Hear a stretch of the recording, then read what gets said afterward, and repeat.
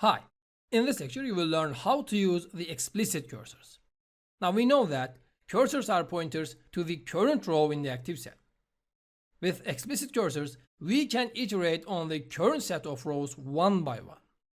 But be aware that we use cursors with multiple row queries. Actually, we can use with a single row result, but it is nonsense. Sometimes it becomes hard to understand the cursors. I think the best way to understand that is by seeing on examples.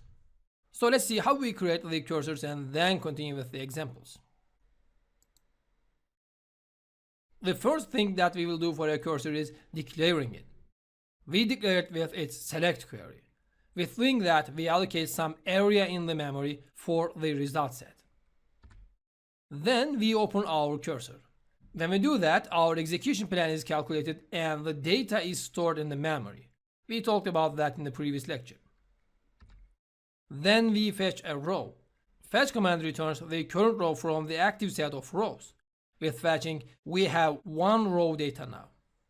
When we fetch a row, the cursor pointer automatically points to the next row in the memory. So the next fetch will return the next row. We will see that. There are some methods to check if we have finished iterating on the cursor. This is generally needed when we loop, but sometimes we may check if the cursor is alive, etc. We will see all the cursor functions. Then we close our cursor.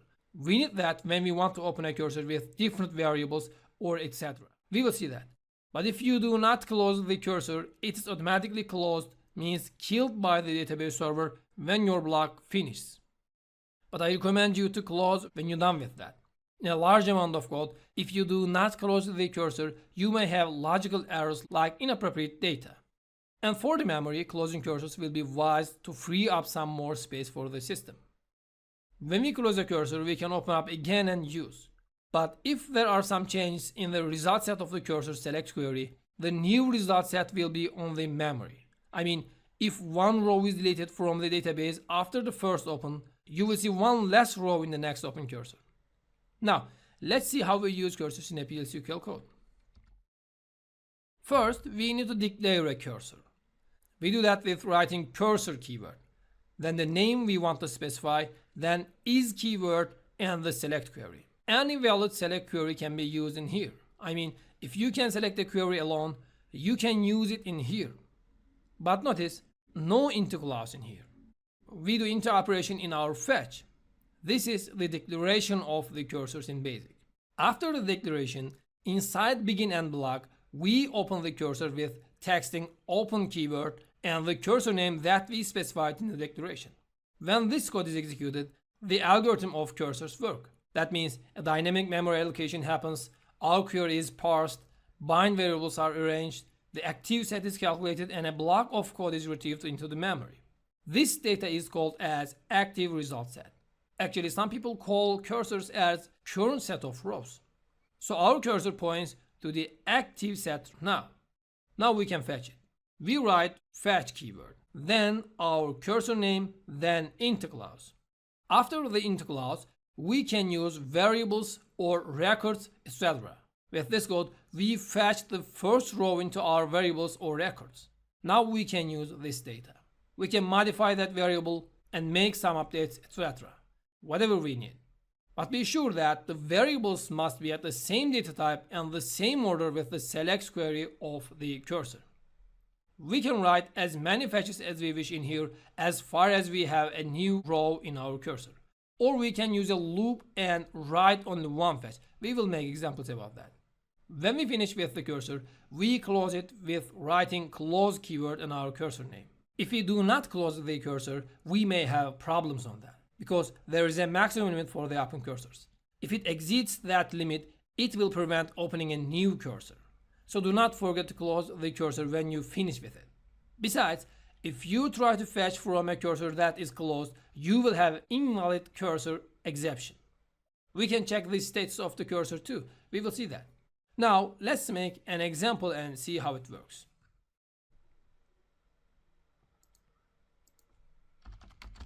Declare. Now we will declare our cursor first. Cursor c_amp is select, let's say first name, last name, from employees. Our cursor can have any valid select queries. Most of the times you will write your select query right at the time of cursor declaration. So you may wonder if it is a valid query or not. To check that, we can use SQL developers run selected query opportunity. I mean, we can select the query and click run. Let me show you. We can select here and click on run. As we can see, we checked if our query works fine or not. Great. Now let's declare our variables to fetch our row into them. V first name employees dot first name person type. Let me copy that.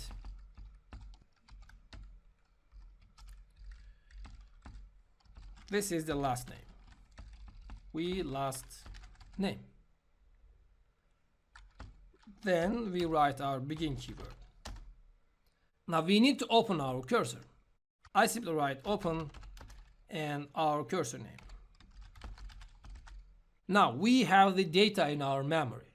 We can fetch that data into our variables. Let's see how to do that. We write fetch c_amps into v first name and v last name. Now let's print the variables to check if we could fetch the row. bbms output dot put line.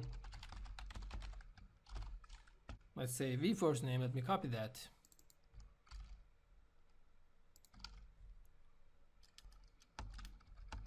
A space between first name and last name and v last name.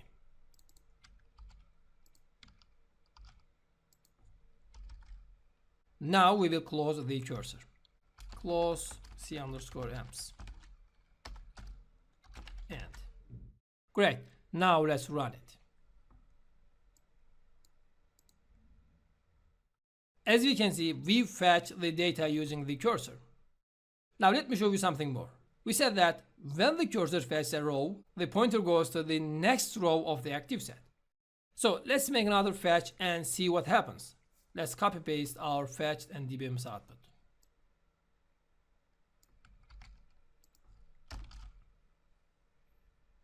Now let's run it.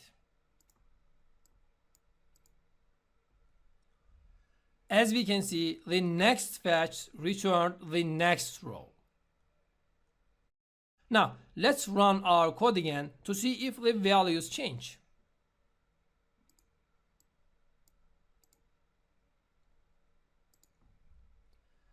As we can see, if we run the whole block again, we get the same result. Why? Because we fetched for several times. Yes, we fetched, but when we run our query again, our cursor is declared and opened again. So the previous fetches are gone because we have a completely new cursor now. Do not confuse about that. But before finishing our block or before closing our cursor, every fetch will return the next row. Now let's make some more fetches and see what happens.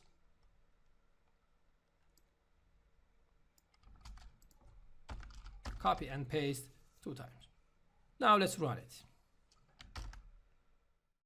As we can see, our values has changed because before printing, we fetched for more than one time, and in every fetch, we assigned the next value into our variables. Now we said that we can have any valid SQL queries inside of cursor select query. So let's see that.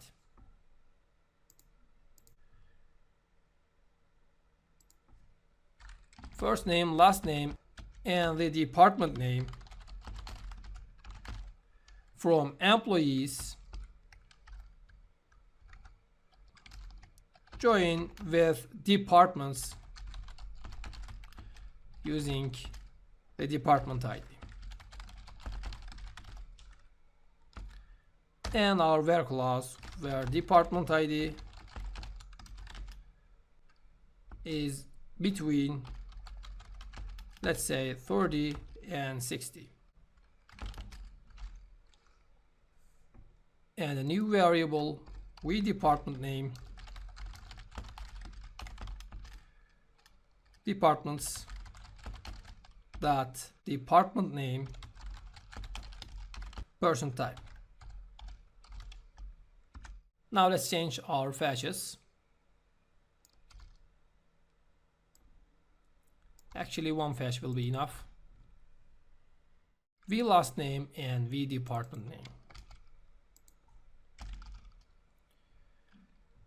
And let's change our DBMS output. In the department of V department name. Now let's run it. As we can see, no problem. Any valid select query can be used with cursors. I think this is enough for this lecture. There are many uses of cursors. I will explain them in detail in the next lectures. So this is the end of this lesson. See you in the next lectures.